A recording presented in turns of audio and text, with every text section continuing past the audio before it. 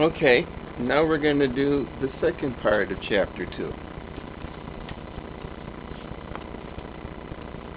Mary sat in her corner of the railway carriage and looked plain and fretful. She had nothing to read or to look at, and she had folded her thin little black-gloved hands in her lap. Her black dress made her look yellower than ever, and her limp light hair straggled from under her black crepe hat.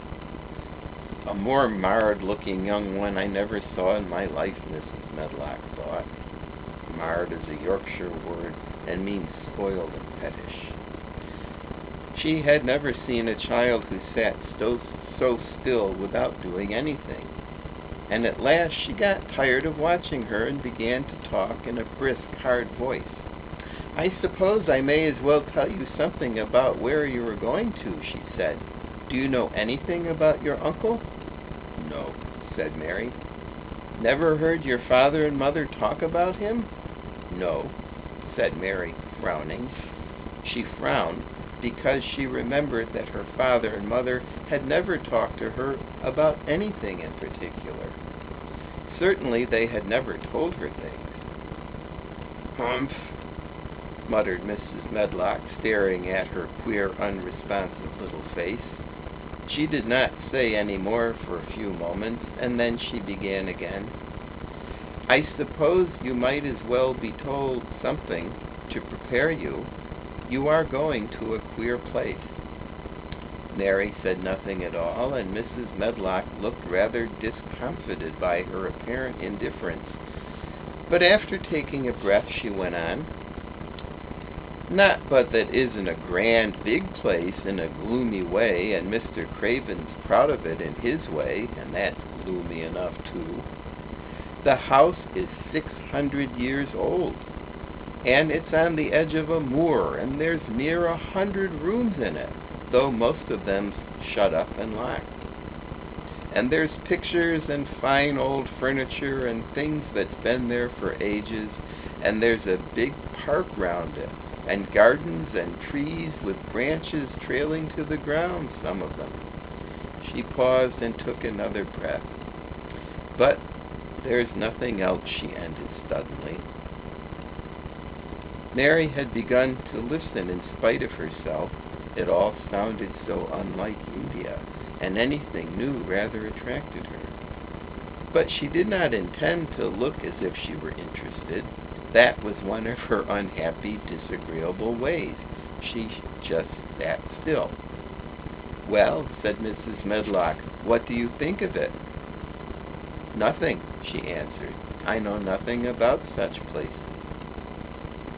That made Mrs. Medlock laugh, a short sort of laugh. "Eh?" she said. "But you are like an old woman. Don't you care?" "It doesn't matter," said Mary, "whether I care or not." "You are right enough there," said Mrs. Medlock. "It doesn't. What you're to be kept at Misselthwaite Manor for, I don't know, unless because it's the easiest way. He's not going to trouble himself about you, and that's sure and certain. He never troubles himself about no one." She stopped herself as if she had just remembered something in time. "He's got a crooked back," she said. That set him wrong. He was a sour young man and got no good of all his money and big place till he was married. Mary's eyes turned toward her in spite of her intention not to seem to care. She had never thought of the hunchback's being married, and she was a trifle surprised. Mrs. Medlock saw this, and as she was a talkative woman, she continued with more interest. This was one way of passing some of the time, at any rate. She was a sweet, pretty thing, and he'd have walked the world over to get her a blade of grass she wanted. Nobody thought she'd marry him, but she did. And people said she married him for his money, but she didn't. She didn't, positively. When she died," Mary gave a little involuntary jump. "Oh, did she die?" she exclaimed, quite without meaning to. She had just remembered a French story she had once read called Riquet à la Houppe, It had been about a poor hunchback and a beautiful princess, and it had made her suddenly sorry for Mr. Archibald Craven. "Yes, she died," Mrs. Medlock answered, and it made him queerer than ever. "He cares about nobody. He won't see people.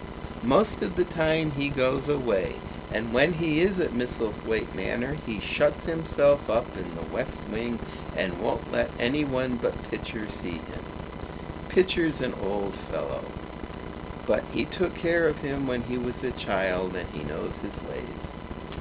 It sounded like something in a book, and it did not make Mary feel cheerful. A house with 100 rooms, nearly all shut up and with their doors locked? A house on the edge of a moor, whatsoever a moor was, sounded dreary. A man with a crooked back who shut himself up also? She stared out of the window with her lips pinched together, and it seemed quite natural that the rain should have begun to pour down in gray, slanting lines and splash and stream down the window pane. If the pretty wife had been alive, she might have made things cheerful by being something like her own mother, and by running in and out and going to parties, as she had done in frocks full of lace. But she was not there anymore. "You needn't expect to see him, because 10 to 1 you won't," said Mrs. Medlock. "And you mustn't expect that there will be people to talk to you. You'll have to play about and look after yourself.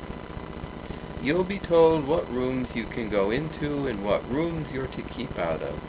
There's gardens enough, but when you're in the house, don't go wandering and poking about. Mr. Craven won't have it." "I shall not want to go poking about," said sour little Mary. And just as suddenly as she had begun to be rather sorry for Mr. Archibald Craven, she began to cease to be sorry and to think he was unpleasant enough to deserve all that had happened to him. And she turned her face toward the streaming panes of the window of the railway carriage and gazed out at the gray rainstorm, which looked as if it would go on forever and ever. She watched it so long and steadily that the grayness grew heavier and heavier before her eyes, and she fell asleep. More later, my dear. Sleep tight.